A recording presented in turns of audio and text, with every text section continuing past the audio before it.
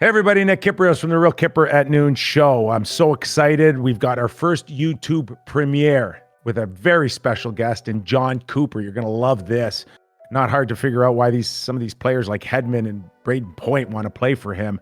This guy loves his team. He loves his trainers. He loves everybody around him, and he makes sure everyone is well looked after. So while this interview is going on, I'm going to be in live chat. Yeah, I'm going to be there. I'm going to be talking, taking questions, and having some fun with y'all. So I can't wait for that. And also look for next week. We're going live again. Yeah, it doesn't matter that the season's not on. We're going to live stream a show Thursday, October 22nd. And the topic will be my book, Undrafted, which is launched next week as well. And you're not far off from getting this book. Just go to Simon & Schuster, Indigo, Amazon. You're not far away from a link to get that book. A lot of stories that I want to share with you. In the meantime, let's have some fun with Jon Cooper.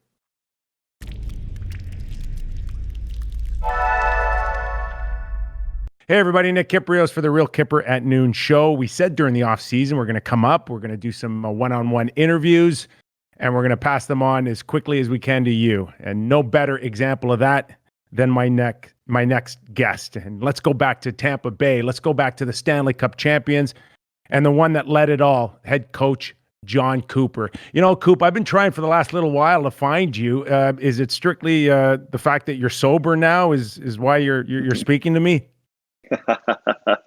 No, but I'm in the corner of our bedroom in the house because my wife is hosting book club.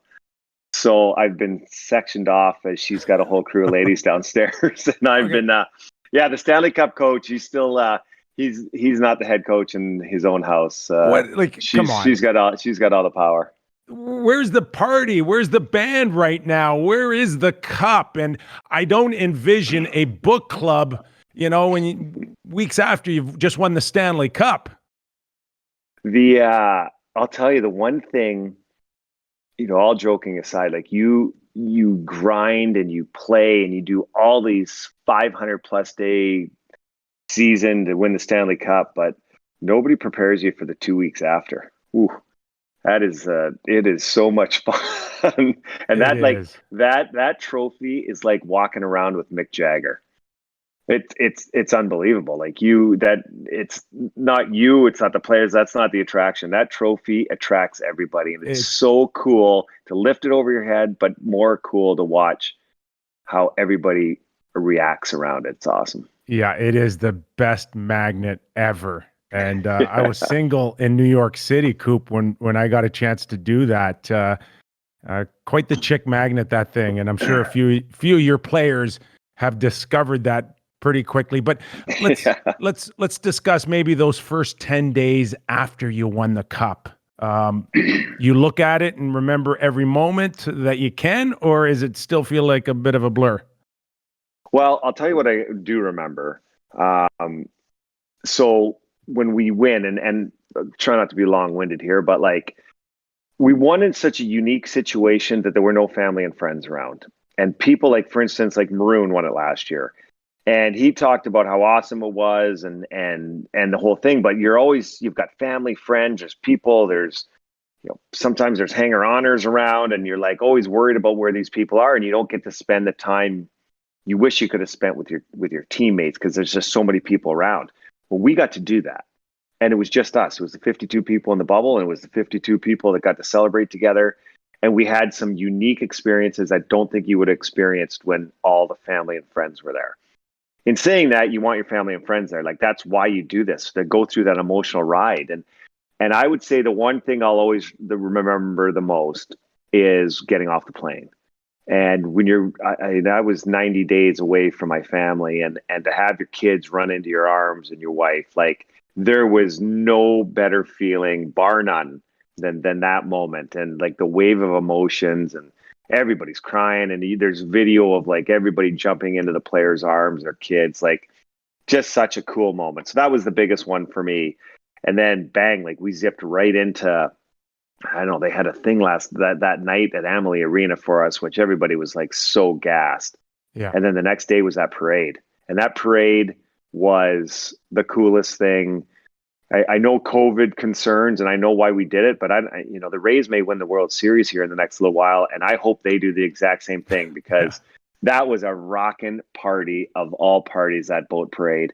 And then we went into Raymond James Stadium, and I'm sure you saw some of the footage. We did. Like that. Now that's 6 or 7 hours into the fun, so you could imagine where the guys were at that point. But it was so cool, man. It was those are the memories you never forget, and it's just kind of carried on since then. Yeah, and we saw them. They came shining through our television screens, our phones, our computers. Is there anything really you can mention that we didn't see on camera that kind of stands out for you? I know you mentioned a few intimate moments, maybe with just the guys, or is there anything that stands out? I would have to sit here and think, but like one thing I'll always remember is Nikita Kucherov didn't take his equipment off for 2 hours. And he was in the post game celebration. We kind of had the coach's room turned into the like cigar smoking room, and the locker room turned into the go get doused with a cup and party. So like guys were like, work like kind of going in and out, and those special moments you had alone with the players. That's the one I'll never forget. And as I alluded to earlier, might not have been able to have those intimate moments with the guys had everybody been around.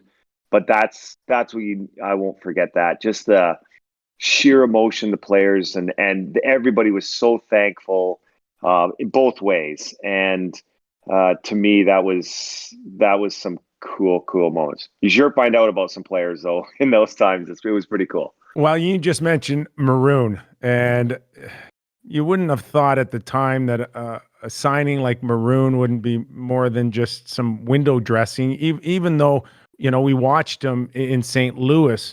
But maybe you can just speak of the value that you really got out of a guy that's been there before.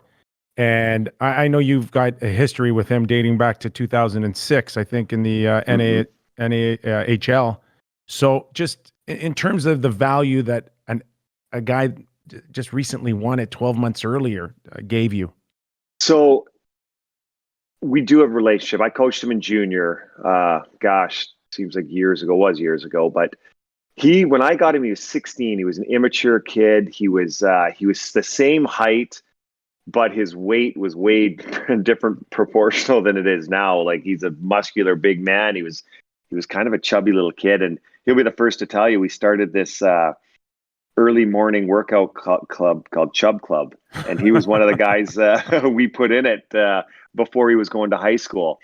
Gifted talent, phenomenal guy, and we ended up winning a national championship a couple of years later. He was the best player by far in our league at that time, but he was starting to grow into himself, and he made the decision. He bypassed. He was going to go to Ferris State, and then decided to go to London. And I think he had a few growing pains when he went through London, but then he became the man there as well. And then you go to the NHL, and for years we tried to acquire him, and it was really funny. Like teams weren't going to give him up, and then he had kind of some up and downs in the Philly organization, and he ended up in Anaheim, and then you just watched his career go. And he went from being like a pretty decently big skill guy to a glue guy. And you know how those glue guys are. You can't have enough of them. And we happened to acquire all these guys that had little chips on their shoulder. And Maroon, I think St. Louis wanted them back, but they were, they had number problems too. Like everybody has cap crunch problems. And we were the benefactor of him not being able to sign there. And so you get him and you land the guy that has been in the room. And I don't know how many cup champions in the last 25 years. I want to say it could be none have won a cup without at least one player winning a cup on that roster. And he was our guy. And then you start pulling in these other guys that have been kind of, had a chip on their shoulder, like the Shattenkirks and the Bogosians and the Luke Shens. And you go through and add these guys in, and they were just like, it was like glue guys all over the place. And I think it lifted up and helped the guys, our core group of guys that had been there. And Maroon was one of the guys that left the way. And I'll give you one funny story. So we're in Sweden, and that was November, the first week of November. So like this is almost a full calendar year ago that was still in the season. And we'd been our record was not great. And we went there, and that's where our team started to come together. And, they'd gone out a few times. And I remember we'd run a practice and the guys would be stretching. And when they did the stretch after practice and they all had their sticks in the middle, and then they started lifting their sticks up and then they put them down. And I'm like, God, that reminds me of a funny drinking game we played in college together. And I could tell that. I'm like, you know what? I think these guys are coming together. And that was the start. And I think a lot of the guys go back to that Sweden trip as the trip that kind of started to pull our team together. And, we just saw the fruits of our labor a few weeks ago. And Jon, you also had, I think maybe we can all agree, and I'll let you talk about this. The biggest chip was, I don't know if it's a humiliation of losing 4 straight the year before to Columbus after 60 plus wins during the regular season. Was that the biggest one of all? Well, what happens if that had happened in my first year in the league, then it would have been like, okay, we didn't have playoff experience. Like, we lost. Okay, tough week.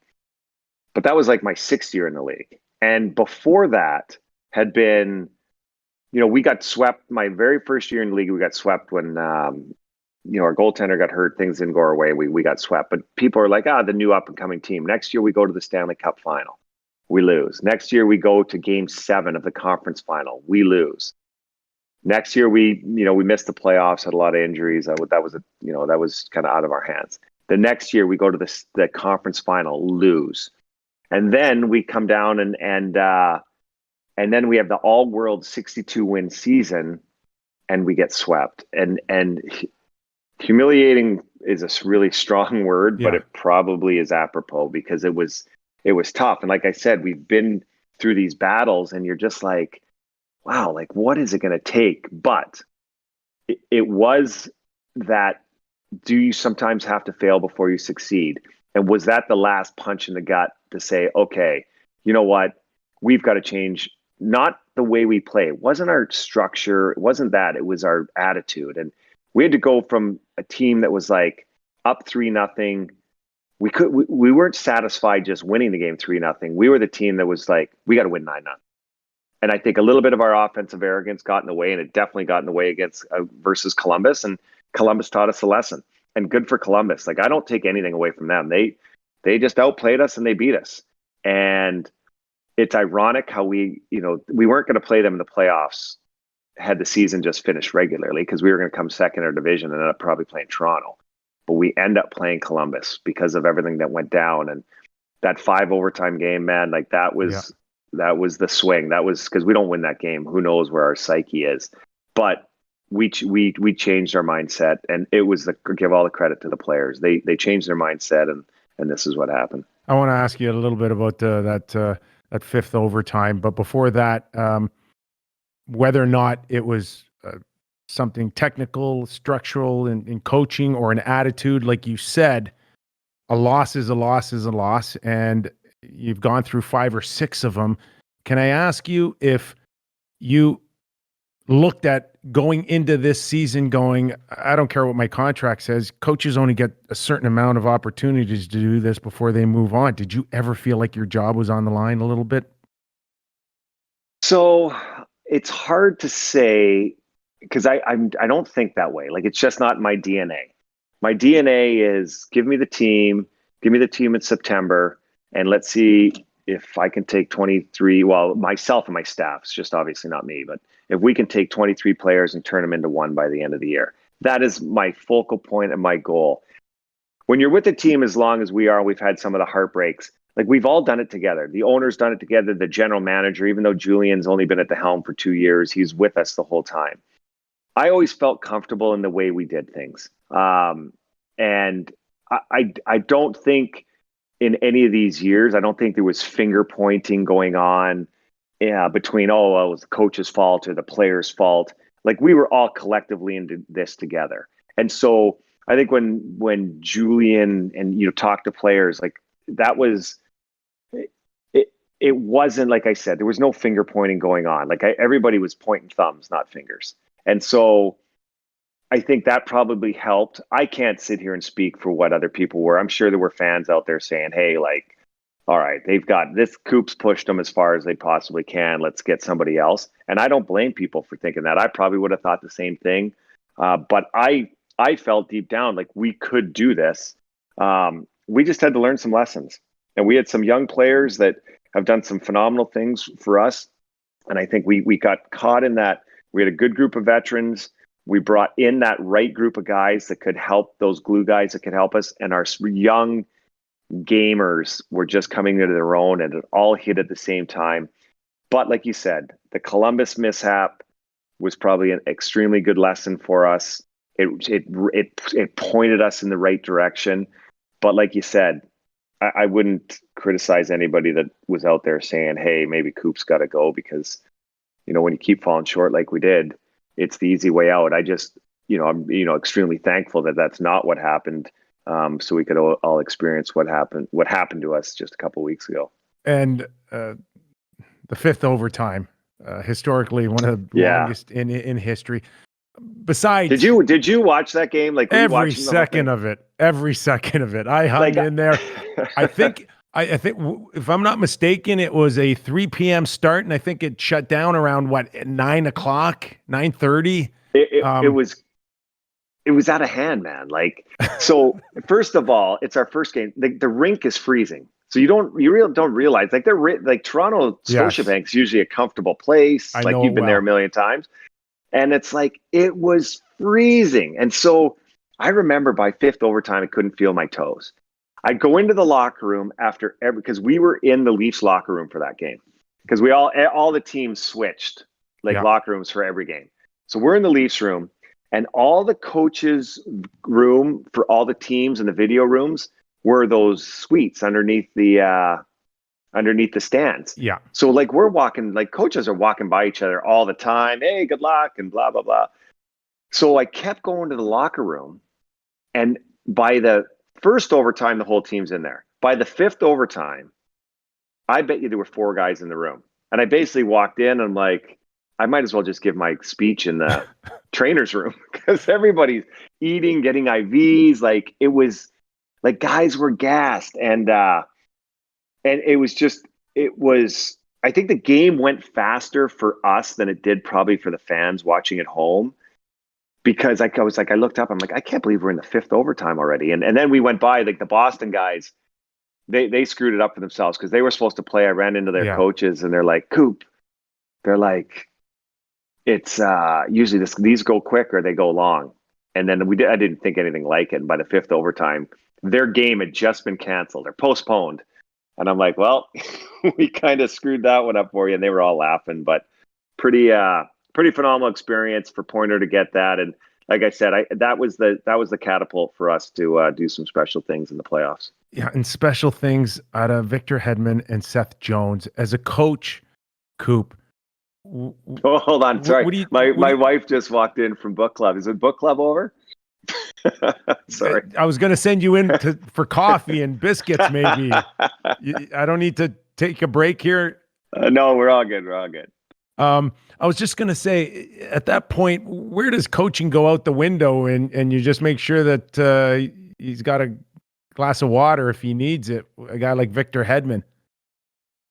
Yeah,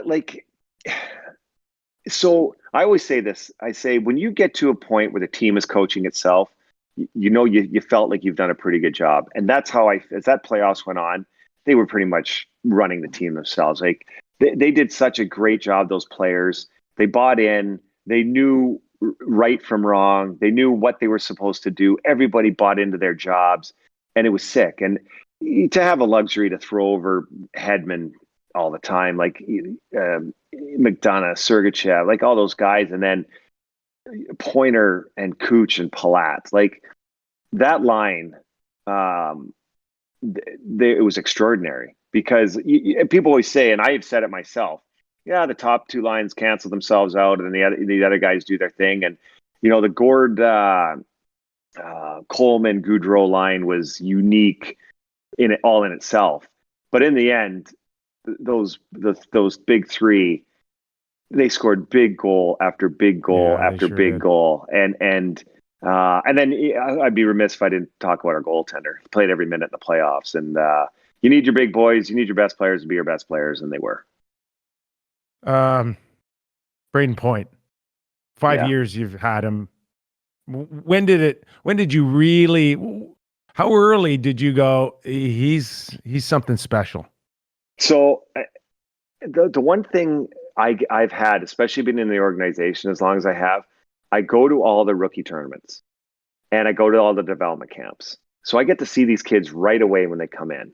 And you don't judge kids, but you're like, I like something about him, or I like something about him. But again, it's summer hockey, and so there's only so much you can put into it. But the rookie tournaments, I think, show a little bit about where guys are at.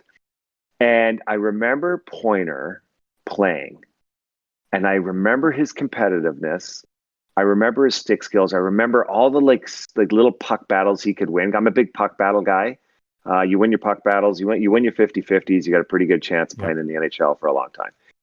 But the one thing was, could he get around the ice? And if you're a smaller player, you need to make sure you're exceptional at something. Not sure what it is, but you better be the best at it.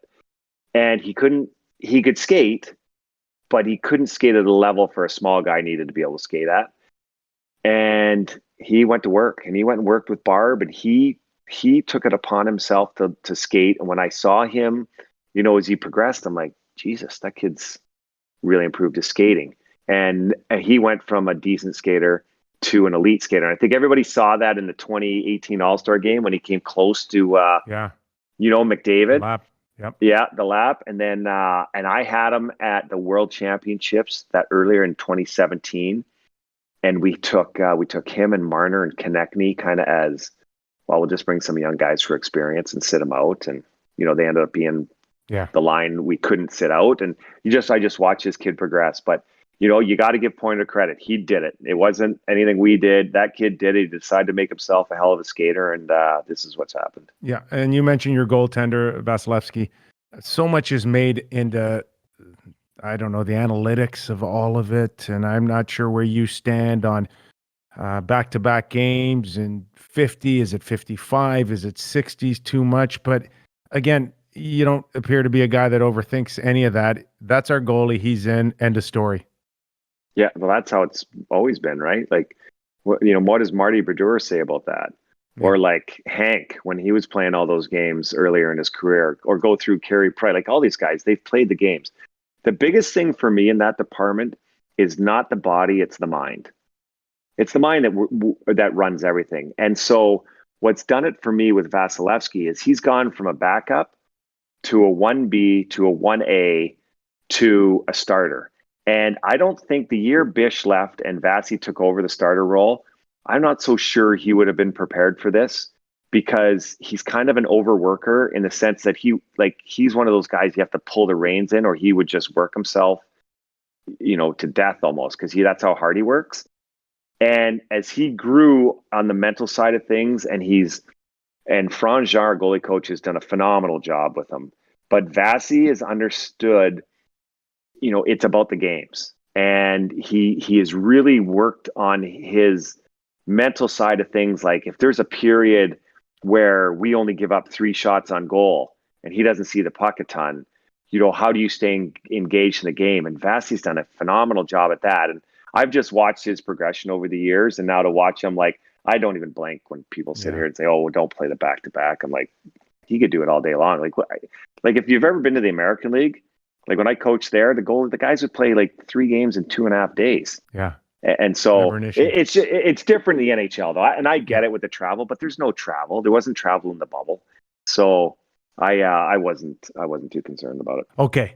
I got to go with get some thoughts out of you about the whole bubble experience. And I do know that I've been around long enough as a player, Coop, to know that, when we're on the road and there's a group of us and we walk in and we see the coach is having dinner, we get the hell out of there. Yeah. We have nothing to do with being in the same place. I mean, we see you. We some of us don't like you. We have personal reasons not to like you. You don't play me enough. I'm not on the power play. I'm getting the hell out of here. it's like your parents and your kids. Exactly. You know, it's exactly Exactly. what it. I'm not You love drinking with my parents. you love each other, but you're not hanging out the whole time. Yeah. So how did you avoid the guys? There's only one patio bar there. There's only one or maybe one elevator available. How did you kind of draw that line on I got to make sure these guys don't get sick of seeing me or vice versa? Yeah, it was so. I'm sure you've heard a lot of the stories. We were very fortunate. We stayed at the Hotel X when we first got to the bubble, and it was basically the top 5 teams in the East were there. And so 4 of the teams, Pittsburgh was the one team that actually, had to play the play-in round, but the other 4 teams didn't. And so I would sit here and say it was those first 4 days where they were kind of fun for the guys, and there was no media around, so they were not being watched of what they were doing, and they could just be themselves. And the coaches found a way, like you kind of navigated pretty early. And you're like, okay, where do the guys go and where do we go? We had a great coaches room. So it was like huge and it had TVs and it was our own little special place where everybody'd hang out. But like you said, it's not like the players wouldn't want to be with the coaches. It's just not the right thing. Like you let them be, they're with us enough. They got to listen to me bark at them and it's enough. We want the guys to be by themselves and you just got to give them their space. And there was, remarkably enough, there was space in that hotel where they could do their thing and we could do our thing. And it's funny because when we got to Edmonton, then you were, as the tournament went on, you're just getting more and more dialed in. And after those first 4 or 5 days, when what I consider the real playoffs started, that round of 16, that was real playoffs for us. It was real playoffs for the other teams. I'm just saying the teams that didn't have to play in the play-in games. Everything toned right. Like the guys were dialed in. And the tough part for me was it wasn't avoiding the coaches. It was avoiding the other teams because you're like going head to head against these guys and your meal rooms are one room apart and everybody's sharing elevators. That was the weird thing for me was everybody was together and the guys handled it like pros. It was awesome. And I think some great relationships came out of this. I know it did for me because I ran into so many people I would never run into in a normal playoff year, from the commissioner to general managers to coaches. Barry Trotz in the gym. Oh my! Like there was one day in the gym. This happened one day in Edmonton. There were 4 people in the gym: myself, Julian Brisebois, Kelly McCrimmon, and Jim Nill, and myself. We're the only 4 people in the gym. I'm like, I'm sitting here with 3 general managers. They're all going nuts in their own way on their own, and I had a good laugh. And then one time it was Trotzy, AV, myself, and I'm trying to think there was one other guy, and like that's just what you did. Like we'd hang out together, and it was a cool experience because you would never do that otherwise. And that's what I said. I grew to know some of these guys really well, and I'm so thankful for it because in a normal year you wouldn't get to do that. No bench press or squat contests going on amongst all of you. Not with the coaches, I'll tell you that. But the GMs had their own thing. Like so, pickleball became a huge thing, and I know our staff, management staff, was big into it. I know Columbus's was Yarmo and Bill Zito at the time. There was a lot of good matches between Tampa and Columbus on the pickleball court. That's hilarious. Yeah, it was no video leaked out of there. We saw the guys, but we didn't see that. I probably let the cat out of the bag, but there were tennis like these guys are athletes. Like Yarmo was and our GM Julian Brisebois loves his tennis. Oh my God, they're unbelievable players. So you get to watch these guys play, and they're super good guys. But they need an out too, and exercise, and there wasn't a lot of places to do it.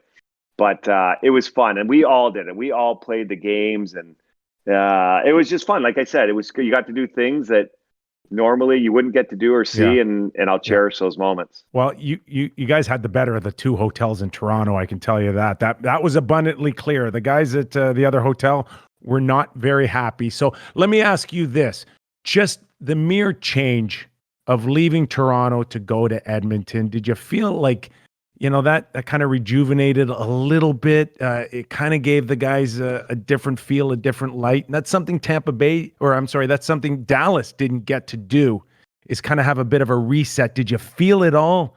That the change, getting out, change of scenery was going to give you guys a good shot? Hard to say because it was two different experiences.